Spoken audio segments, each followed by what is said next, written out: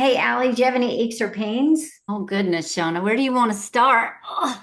Well, you're not alone. You're probably like many of us. And luckily, we have Theresa Le Sliworsky on the podcast today. She's a women's health specialist. And we're talking all about pain and the fact that while we may have aches or pains, that we don't have to live always with aches or pains. There are things to do and what we can do to cure our pain. And before we dive in, we do want to give a shout out to our Girls Talk Healthy Aging listener, Miss Matty Mays. Thanks for listening. Now let's dive in. Welcome to the Girls Talk Healthy Aging podcast, where we dive deep into pressing health and fitness issues facing aging women. I'm Alli Kerr. And I'm Shawna Kaminski, and together we'll bring candid conversations, expert advice, and personal stories that will inspire and empower you on your own wellness journey. Theresa, so good to have you here. Thanks for joining us. Thank you. I'm very excited. I'm so excited to be here. It's going to be great. Theresa, so many women just accept pain as normal as they age, Yeah. especially after injury. Yeah. And, you work with a lot of women and, moving them past pain, rehabilitating them. So, why is it important that they don't just push through pain, that they kind of stop, assess, find out what's going on, and move ahead after that? Well, first of all, pain is normal. Okay. And you want, if something is not feeling right, you want your pain receptors to kick in because it's a signal. It's a warning signal. It's telling you, hey, something doesn't feel right, something doesn't feel safe, and it's your way of your body communicating to you. But pain as we age, because you think that's the way it is, that's wrong.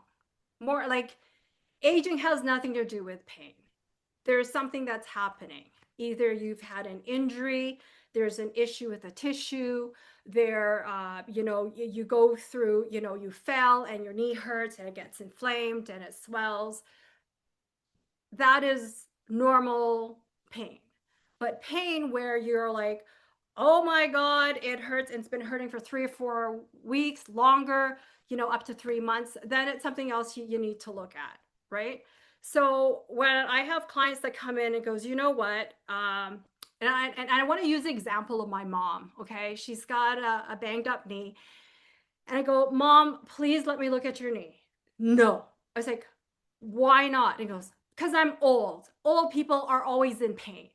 And that is the most wrong thing to say. It's the worst thing to say. And I was like, Mom, no, just because you're old doesn't mean you have to be in pain. There is something else that we need to look out. Do not ignore the pain because pain is your body telling you something. I need help. Please figure out what's wrong with me so that I don't have to move in this manner where you're feeling this discomfort or this pain. And it's very real. It's just ignoring it and pushing through it makes the matter worse. And I think for women, it's just like, you know, you for women, it's really, really, I think a big problem because I see so many women that go through this.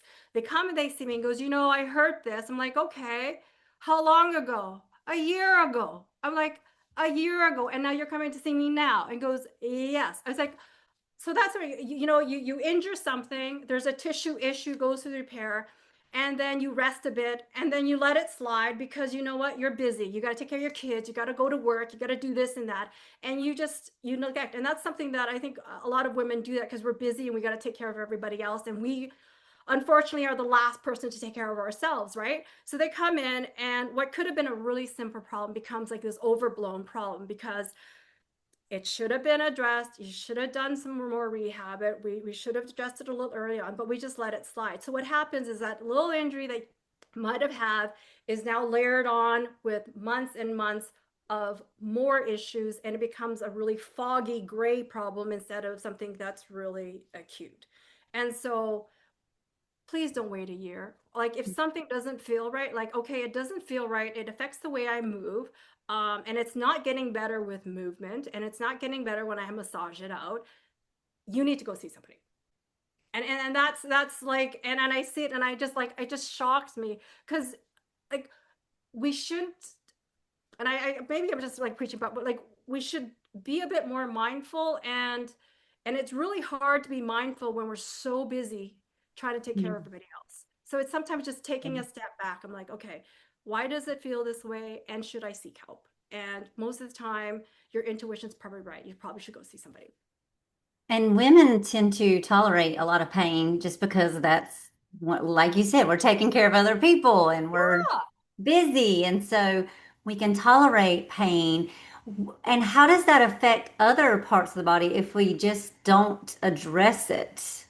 Okay. A really good example. Okay, so you bang up your knee, it swells, and then it goes through a period where it gets feels better. The tissue rebuilds or some remodeling, but it still doesn't feel right. And then you just let it slide. And so what happens is your body starts to compensate for this new found area of pain. And so you start to contort your body, the force distribution of how you walk and how you move, and what you have to do to get through your day life starts to adjust.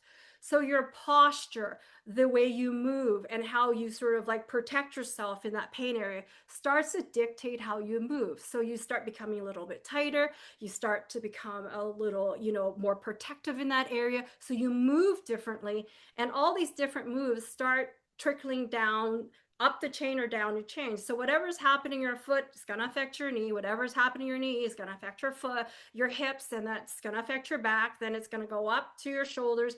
And then by the time you've waited, maybe a year, 6 months, you're having pain here and here. And our body is such a miraculous thing, because if you're weak somewhere, do you think it's going to get weaker? No, it's going to go, okay, if I can't do this, what part of my body do I need to contort so that I can keep on moving? It's like, a good example, you're a mom, you got 3 kids, you got a cold. But you know what? You still got to get up. You still got to feed them. You still got to bathe them. You still got, and what do? You're sick as hell, but you still do it because you push through it. And that is something that you do all the time, but that's not necessarily what's best for you. Is that kind of clear?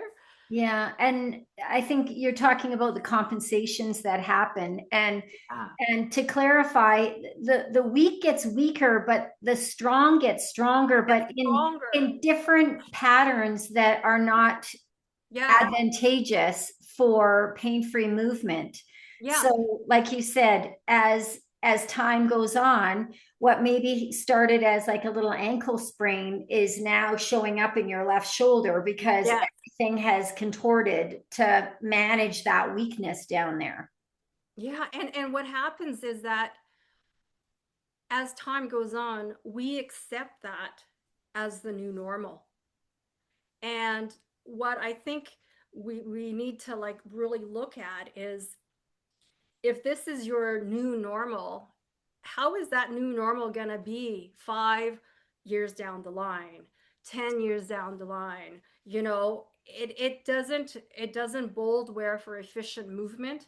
And then that gets into the other problem of chronic pain, and having like biomechanical issues in how you move. And then all of a sudden you're like, oh, I'm experiencing this pain, I need to have a new knee, a new ankle, all these things. But if we just take a step back and look at like, okay, what is moving well, what is not moving well, and what's making you contort this way, and looking at the whole picture, and seeing like, why is this happening, what is compensating, what is not compensating. So I think as we as trainers, instead of like, okay, let's fix this injury, get this muscle moving and push through so you can do that particular exercise, we take a step back and say, hey, let's see how you move.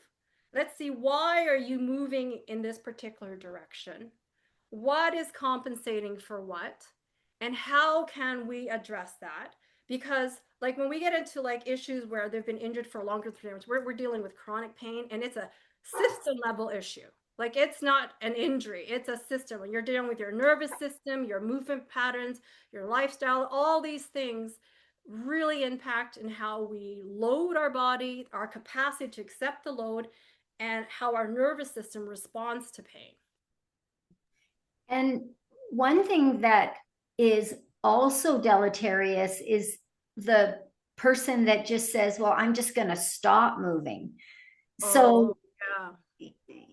it's you're darned if you do, if you keep moving because you have these compensations. But Yeah. then some people just go sit down and they say, well, this movement is unavailable to me. So that weakness gets weaker. So, how do you? So, two questions. First of all, I wanted to kind of clarify Okay. for our listener out there who is maybe experiencing some pain and Yeah. wondering, when am I a hypochondriac and when am I being reasonable in getting an assessment done? Like, what's a Yeah. reasonable amount of time? So that's the first question. And Yeah. then secondly is like, what do you do to encourage movement? Okay. Um, so I think the distinction between pain. So if you're training, you're working out, and you feel the fatigue in your muscles, and your muscles get sore, right? And you're feeling pretty tight. But if you move, it gets a little bit better. That's normal fatigue. That's muscle growth, and that's fine. And sometimes you go for a long run or you do something, you can feel the aches and pains in your body. And if it lasts for maybe a couple days, you might go get a massage or you might do something, and it kind of settles down and goes away. But if you do something and it's very local, it's very isolated, and the pain is sharp, like it's like, oh, it's piercing, it's starting to, kind of radiate. I can't move it out. I can't release the tension, it doesn't come out. And it affects the way you move. Let's say you hurt your shoulder and now you're rolling completely forward because you don't have the strength or tension to bring your shoulder out. You can't lift your arm. At that point, you're like, okay, you should go. And I tell this to all my clients. If something doesn't feel right in your body, and I'm not talking about like muscular pain, oh, my quads are sore or whatever. It hurts when I move it, and movement doesn't make it feel better.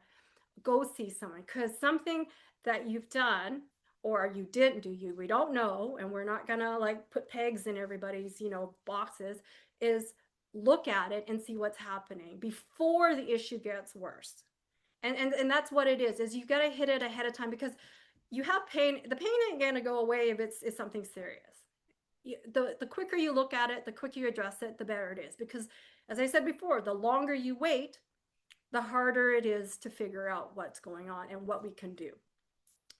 The second thing is, when I see clients that are in chronic pain, and I'm going to tell you, dealing with people in chronic pain, it's a different ball of words, because it's not one exercise, it's not one treatment, it's a whole gamut. It's a series of things that we have to get across and do right.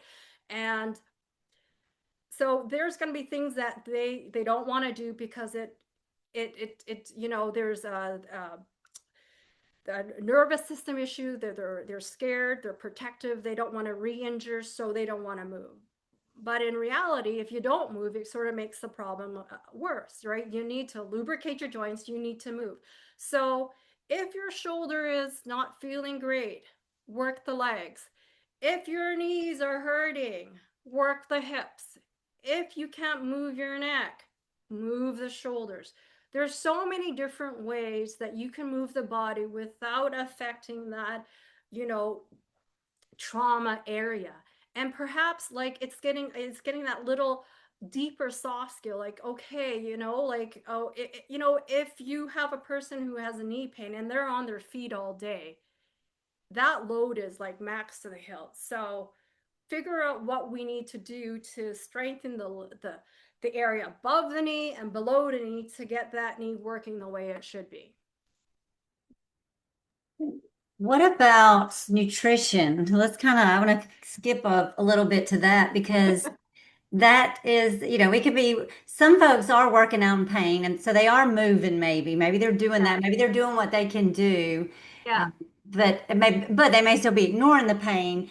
Um, are there things we can do on the nutrition side, and how does that tie in with pain management? Okay. First of all, that is like a big, big topic. And I think I think we just take a step back. First of all, if you have a healthy body, nutrition is number one. You want to, because it's like your body's like a car. You want to putting rotten gas, dirty gas into your car. You want your gas to be as efficient, as clean, and as possibly can, just to keep your body running normally, right? So it's about having good nutrition, good amounts of protein, healthy fats, not too much sugar. We all need a little bit of sugar, but obviously not too much. A little bit of chocolate a day ain't gonna kill you. But so keeping that in mindset, when you're injured, if anything, you need to be more in tune with your nutrition because your body needs energy to repair. It needs good proteins. It needs a lot of minerals. It needs vitamins. It needs a lot of micronutrients. And it needs all of these things just as much as it did when you were healthy. So is there like one specific thing that you need? If anything, is probably like just dump protein. Like protein's a big, big thing. And it's even extra important when you are in a repairing state of your body. But I think I want to be really clear, like you can put whatever you want in your body, you can do anything you want, but if you're not fixing the root cause of why it's happening, you're only getting half the battle. So I think it's like, why is this happening? What can I do? What can my trainer help me do? And and it's sort of like taking a step back and looking at it from that perspective, and then you just do little things, little things, little things, and that's where it really starts to happen. And no one wants to move when they're in pain because it's our natural instinct to go, oh, like hide because it's painful, it's very much real. And you don't want, because you don't want to encourage that. But if you stop, you're creating a really bad cycle of lack of movement, lack of pain, and to the point where you don't want to do anything. And that Yeah. not only affects you physically, but affects you mentally, affects you socially, affects your family, affects your friends, your work, all these things. So our food's not going to fix an injury, but it can make it worse if we're Yeah. not fueling appropriately. And if we're also moving and exercising, fueling, that becomes important as well to just support your activity. And then also nutrition could affect our sleep, which can affect our repair. So Yeah. there's the circle. Full circle. And you know what? When we're in our 40s and 50s, I tell you, sleep, sleep, sleep, and recovery is so, so important.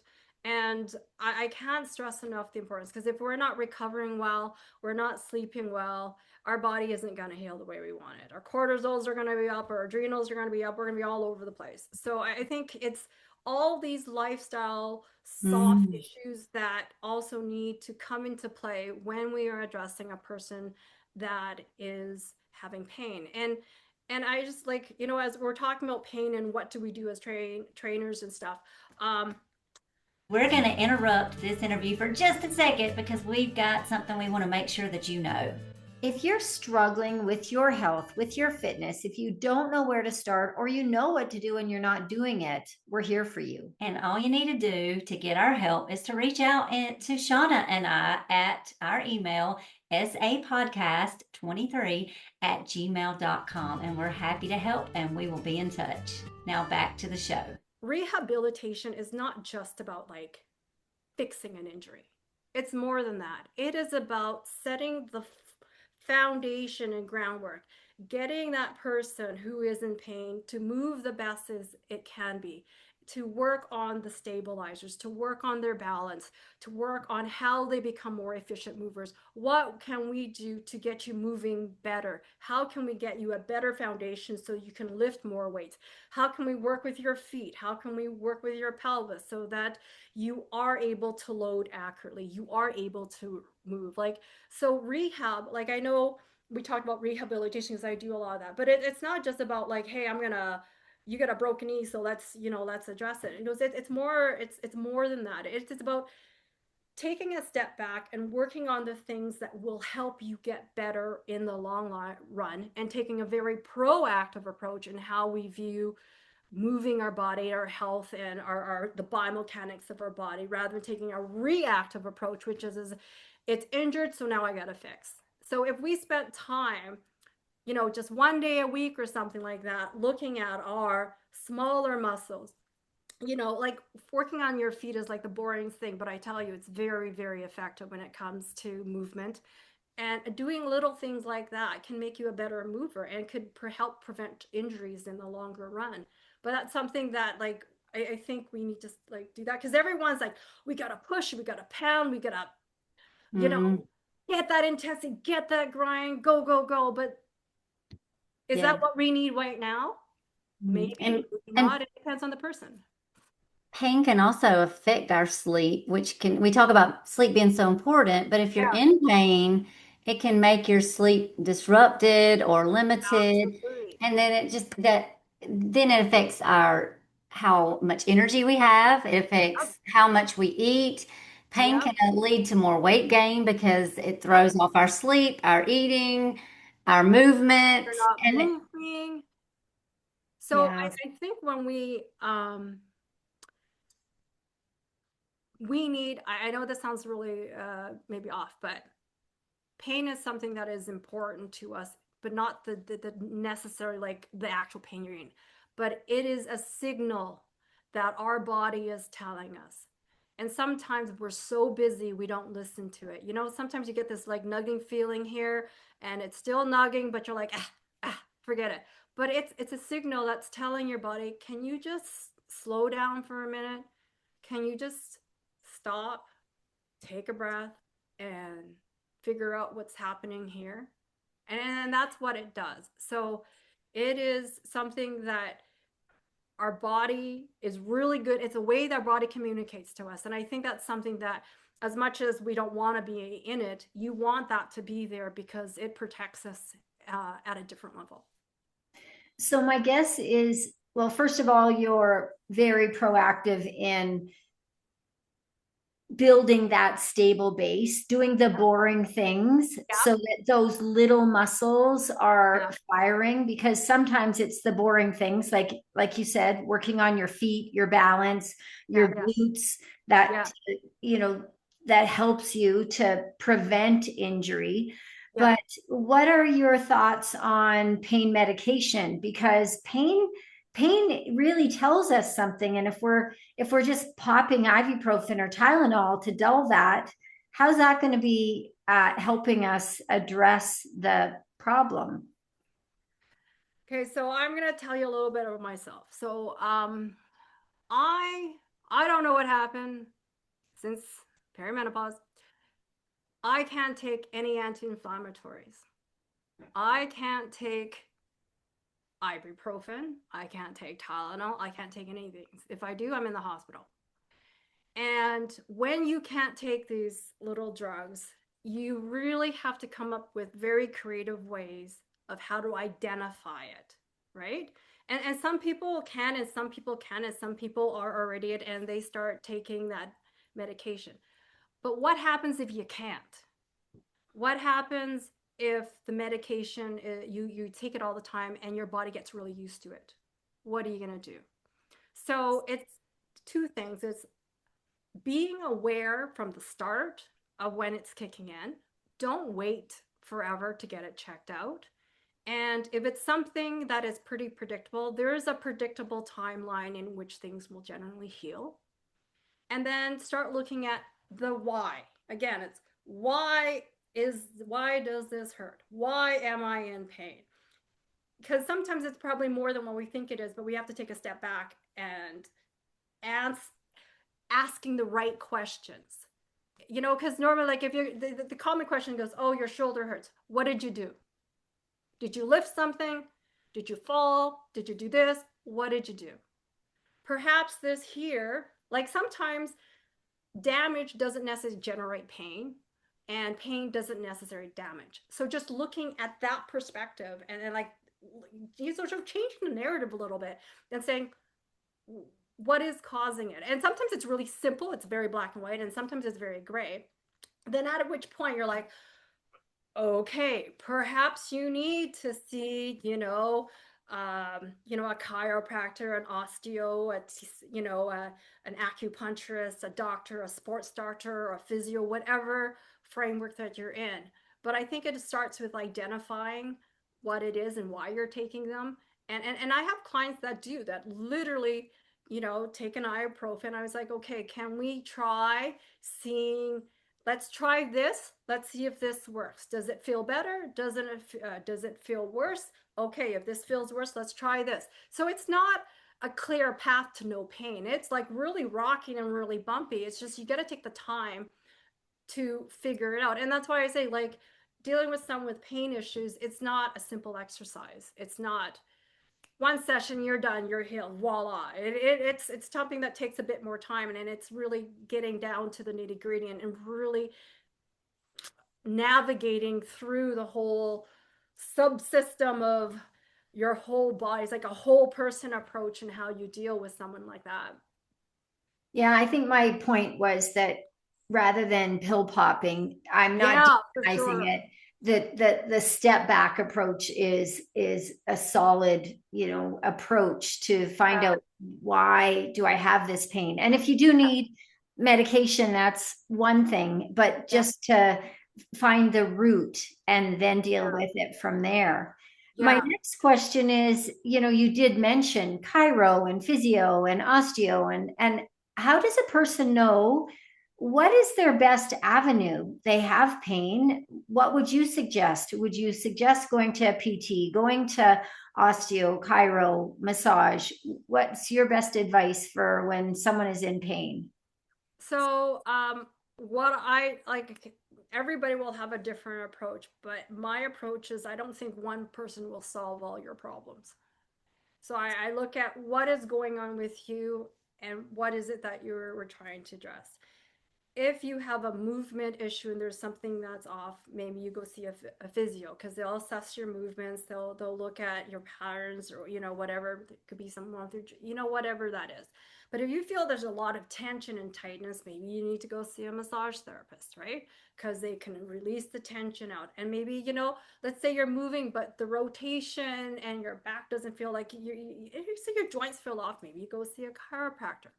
Or, you know, um, if you want a whole big picture approach to it, you see a traditional Chinese medical doctor, who does acupuncture, because they don't look at just this part. They look at your whole body. They look at what's going on with your whole system. Same like going through a naturopath or an osteopath, right? So it's just sort of where you are and what's going on with you, per se. Then you go through that.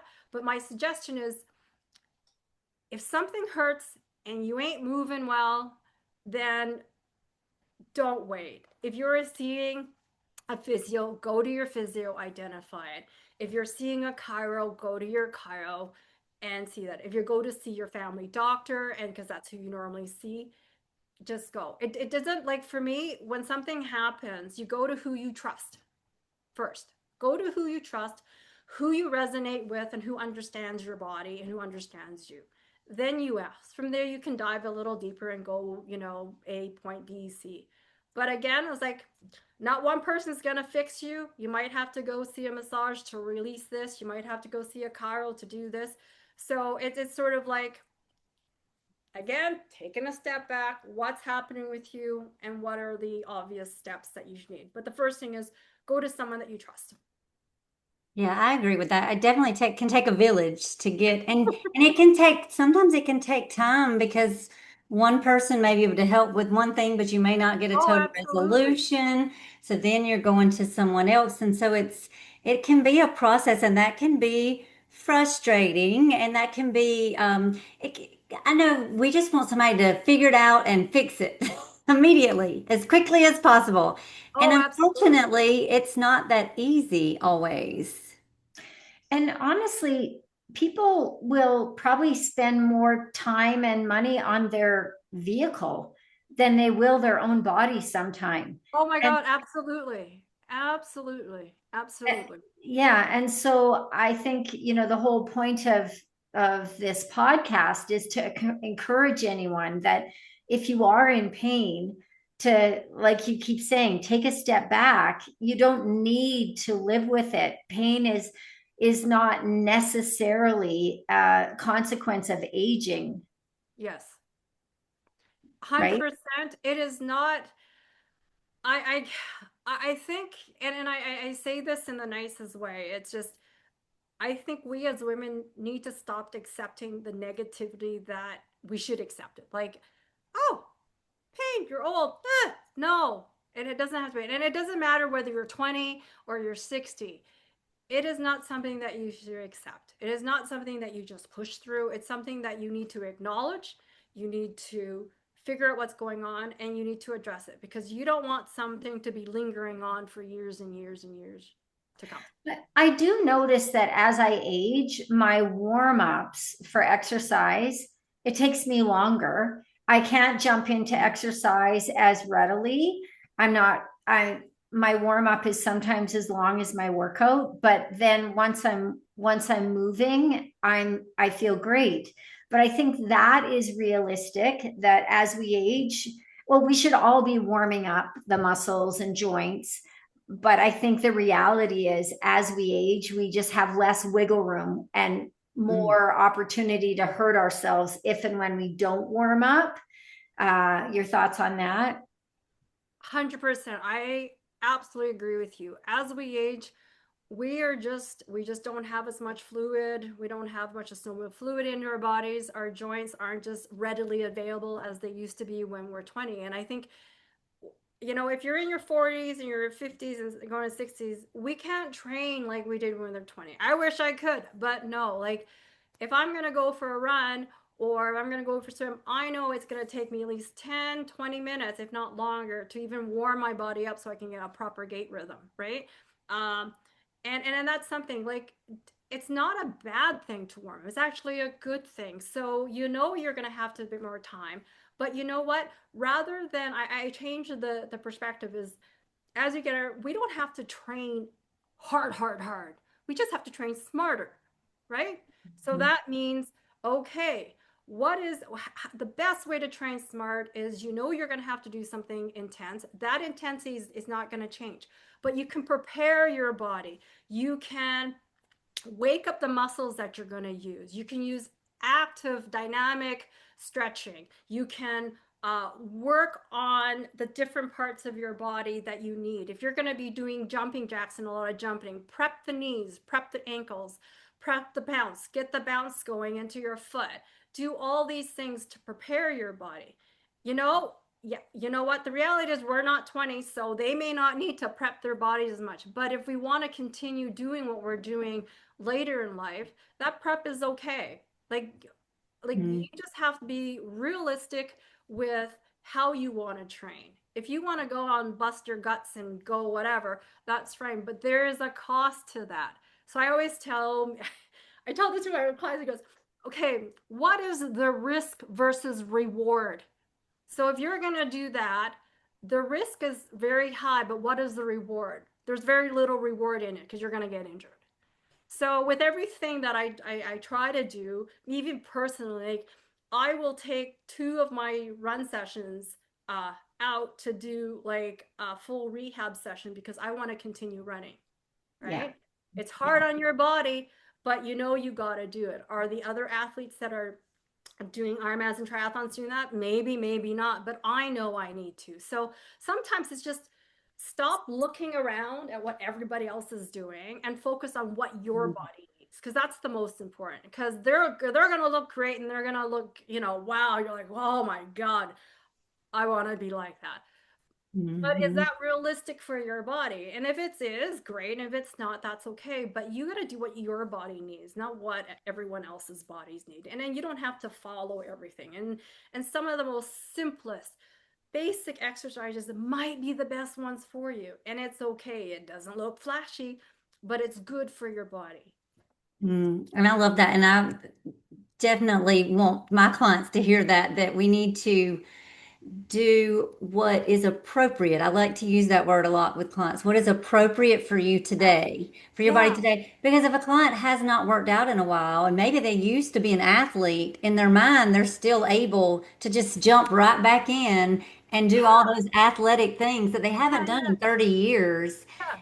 And so one of those that is another mind thing that I see it a lot because I work with ladies, and the comparison of, oh well, she's doing it and she's, around my age, or maybe she's older than me, or maybe she's younger than me. I used to be able to do it, so I should be able to just jump right in, and that is just not realistic. No. And it's really frustrating because I think, I look at social media and I was like, oh my God, this is crazy. And sometimes I get it, goes, Teresa, I goes, what? Because I teach a lot of reformer classes, and goes, I saw this. I'm looking, I'm like, okay. And it goes, I want to do that. I said, why? Yes, why? I go, It why? looks really cool, That's Teresa. really cool. And I goes, and what is the functional benefit for you? Hmm. Pause. Okay. All right. How about we get you phase one of the exercise? We don't go to phase And then two. they get mad. My clients are like, no, Well, but I want I'm to like, do this on the no. video. And I said, you know what? I'll give you a version of that really works well for you. And then I said, well, no, I can do it. I'm like, okay, if you really want to try it, I'll give you a toned down version. And by the time they do their toned down version, they're like, oh, Oh, wow. I oh. didn't realize they made it look so easy on the video. And then you know what? The person that's doing it is probably trained a lot A of time. pro. A Yeah, pro who can really move their body, who's probably a dancer at one point in their lives, who just looks absolutely graceful. And kudos to them. But this is our reality. And I think sometimes we just got to take a step back and accept what our reality is and not be shameful of it. It's like, yes, absolutely. you know, Celebrate. I'm like, yeah, I'm 52. Yeah, I can't do the splits. My leg doesn't hang up there, and Mhm. parts of my body is hanging down there. But you know what? It's fine because I'm still moving. Yeah. I'm still able to do the things I want. I'm still able to like get my heart rate up. I'm still able to move. And you know what? I'm going to keep on doing it. And I'm going to keep on doing it for another 10, 15 years. And my biggest goal when I tell you goes, your biggest priority is do what you can to prevent injury so that you can keep moving 15 years down the line. Because the Mhm. reality is, women, our lifespan is going to be around 91 to 95. If you haven't had a serious major risk by the age of 50, that's you're going to be living until you're in your 90s. And it's sort of like, how do you want to live? Do you want to be sitting in a chair going, no, we want to be moving. Like, we want to continue to do the things that we enjoy. And that means taking a step back and not doing all these theatrics. I'm all for that. And I encourage people, like, pick something that you really want to do, whether it's golfing or it's swimming, or maybe you like biking or you like hiking or whatever these things, and do what you need to do so you continue to do these things as you get older, because that's what that's the joy of life, is being able to do these things with your friends, your grandkids, or whatever. And be consistent and earn that. Like, if you want to be able to do something, you have to put in the time and Time, that it takes. That consistency. person may be able to do that, but maybe they do it all the time and maybe they've been doing it for years. And then I just see a video and it looks cool. And I haven't been putting in that time and energy. And I really impose, like, really stress with my clients the importance of consistency and how Absolutely. tough it is on our bodies if you're sporadic in your fitness and your activity and your movement. It's much tougher on the body if you're very sporadic Oh with shoot. it versus being consistent with it, right? Absolutely. I think consistency is something that is really easy to say. It's so easy. Oh, you just got to be consistent. But I tell you, if you got to drag yourself out of bed when it's cold, and sometimes the weather here gets pretty cold, you really don't want to. It's hard. It is hard to show up.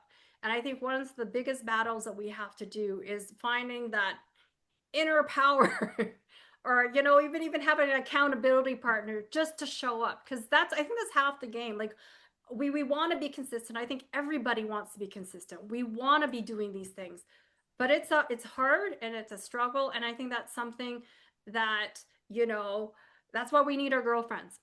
Okay, it's like, hey, help me show up, because like, I need to show up. I ain't gonna be consistent if you're not holding my hand. Not that I need your hand all the time, but I want you to be there, right? And just having that support team. Like, I think sometimes we think we got to do everything on our own, because that is so not true. Like, have a run buddy, have a bike buddy, have a training buddy, whatever it is, so that you both show up together. Theresa, if you had a wish for our listeners, what would it be? My wish would be keep on trucking, keep moving, just keep moving, no matter how little, no matter how insignificant that you think it is, or whatever little steps that you do, just move. 3-minute walk is better than a 0-minute walk. 5-minute walk is better, or a 5-minute run is better than a 0-minute run. Lifting 1 kilo is better than lifting nothing, right? You don't have to do these big grand goals. These little things make more. So just keep moving no matter what the task is. Alli? My wish would be that we somehow, some way, and I think that when I say this to clients, they're always like, I don't even know how to do that. But listening to our bodies, and that takes some getting to know, and so maybe, like you said, taking a step back so that we can learn, because most of us don't really know how to listen to our bodies based on my experience with working with gals. They look at me like I'm an alien when I say that. So we have to figure that out. Yeah, and my wish is to, if you do have an ache or a pain, not just to pop the Advil, but to take some time to address that pain, because that pain is telling you that there's work to be done. And it doesn't always have to be hard work. You just have to invest some time, and you'll offset a lot of future pain by taking care of those little niggles. Thanks for listening. You'll find me, Alli, on Instagram at Alli Kerr Fitness. And you'll find me, Shawna, on Instagram at Shawna Kaminski. Feel free to pop us a DM with questions and or feedback. If you're enjoying the Girls Talk Healthy Aging podcast, please subscribe and share it with other health-minded women. Ratings and reviews are also much appreciated and help us get our message out to a larger audience. Until next time, be healthy and be happy.